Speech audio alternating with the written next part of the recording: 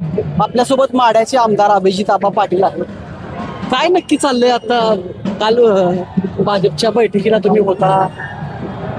काल आम्ही खरं तर इथं सोलापूरच्या विधान परिषदेचे जे उमेदवार आहेत ते त्यांनी काही दिवसापूर्वी आमची पंचायत समिती त्या ठिकाणी पाडली भाजपच्या बरोबर जाऊन, आणि आम्हाला तो उमेदवार मान्य नाही. म्हणून आम्ही पर्टिक्युलर त्या उमेदवाराला विरोध म्हणून त्या ठिकाणी आता दोनच उमेदवार आहेत, ह्याला नाही टाकायचं मत म्हणल्यावर समोरच्याला टाकावं लागेल, आणि मत टाकलेलं जर नाही त्या ठिकाणी झालं तर मग आमचे जे सदस्य आहेत त्यांची जी भावना आहे त्या भावनेचा आदर केला पाहिजे. अदृश्य शक्ती कोणती आहे मग त्यांच्या पाठीमागं? जी दृश्य शक्ती आहे ती देखील तुमच्यासारखी नाही, मग अदृश्य शक्ती कुठली आहे? आम्हाला आजपर्यंत बरं का आत्ताच्या क्षणापर्यंत उमेदवारांनी कुणी संपर्कच केला नाही.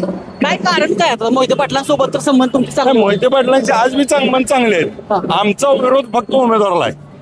मग काल त्या बैठकीला जायचं कारण काय? मत तर तुम्ही टाकून होतो म्हणजे नाही, मग मुळामध्ये आमचा विरोध हा दिसला पाहिजे, हा.